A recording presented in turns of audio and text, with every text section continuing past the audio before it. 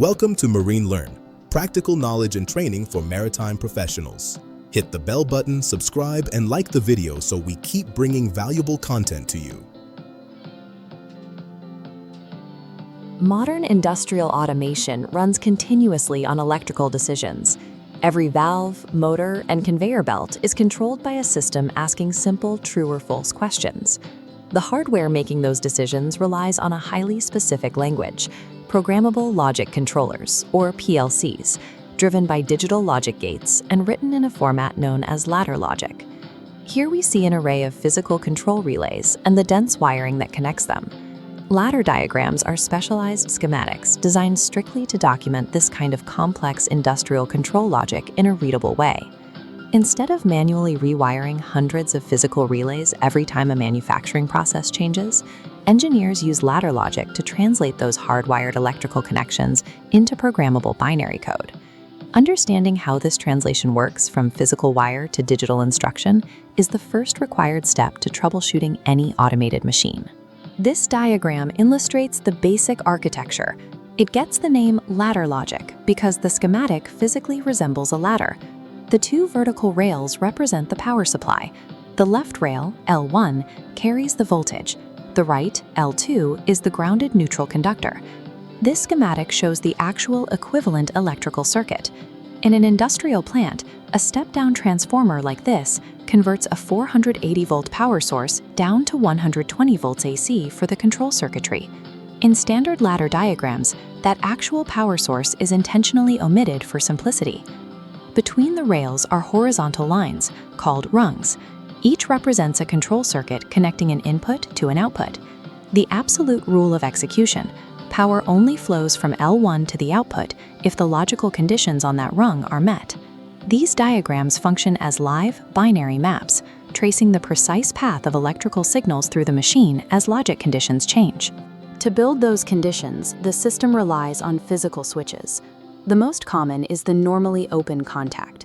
In its resting, unactuated state, the switch is open and power cannot pass. This image shows the ladder logic symbol for that normally open contact. In PLC programming, this is often referred to as an examine if closed instruction, meaning the system is waiting for the physical input to be activated. We translate this state into standard binary notation. An open switch is a 0. When physical action closes the circuit, it becomes a 1. The inverse is a normally closed contact, defaulting to a value of 1. When actuated, the path breaks, dropping to 0. This table is a truth matrix. We use it to map every possible combination of input states to its guaranteed output behavior. By reducing mechanical interactions down to absolute ones and zeros, engineers construct the logic blocks required for automated reasoning.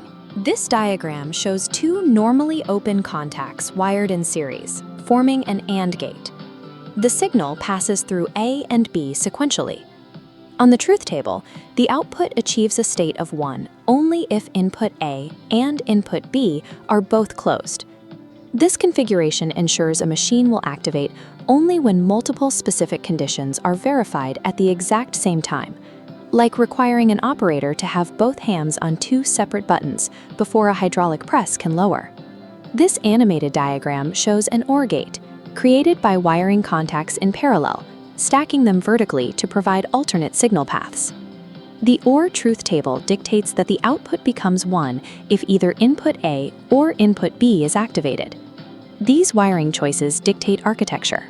Series wiring guarantees operational dependence, while parallel wiring creates operational redundancy. Here we see an inverter, or NOT gate. It simply takes an incoming signal and reverses it. If the input is 0, the output is 1. If the input is 1, the output is 0. This diagram shows a NAND gate, built by combining an AND gate with an inverter. The output stays energized continuously unless both inputs activate. When input A and input B reach a state of 1, the output inverts and drops to 0. This diagram illustrates a NOR, or NOT OR gate, created by applying that exact inversion principle to an OR gate. The output is high only when all inputs are completely low. Activating any single input instantly forces the output to drop to 0. Logical inversion gives system designers a distinct advantage. It allows them to program control systems based around what absolutely must not happen, drawing rigid safety boundaries for the physical hardware. Looking at this control panel, the physical push buttons present an immediate problem. They are momentary. As soon as the operator removes their finger, the switch springs open and the signal is lost. The hardware itself lacks memory. This diagram demonstrates a latching or self-holding circuit designed to solve that memory problem. We configure an OR gate by wiring the momentary start button in parallel with a virtual contact linked to the output coil. When the start button is pressed, the coil energizes and closes its own virtual contact. When the physical button is released, the current continues flowing through that new parallel path. The circuit effectively remembers the command. Once a system can remember commands, it must also be able to prevent conflicting ones. If a motor is instructed to run forward and in reverse at the exact same time, the hardware will destroy itself. This diagram illustrates an electrical interlock. It is a safety technique where a normally closed contact tied to the opposing coil is placed directly in the control path. If the reverse circuit is active, its corresponding normally closed contact on the forward rung opens up. This physically breaks the logic path, making it mathematically impossible for the forward signal to pass and preventing a catastrophic short circuit. Latching and interlocking form the higher-level architecture of PLC programming. They grant an automated system operational memory, as well as mechanical self-preservation. This schematic illustrates the highest priority in any industrial control logic, designing for a fail-safe state. For critical safety limits and emergency stops, engineering standards strictly mandate the use of normally closed contacts.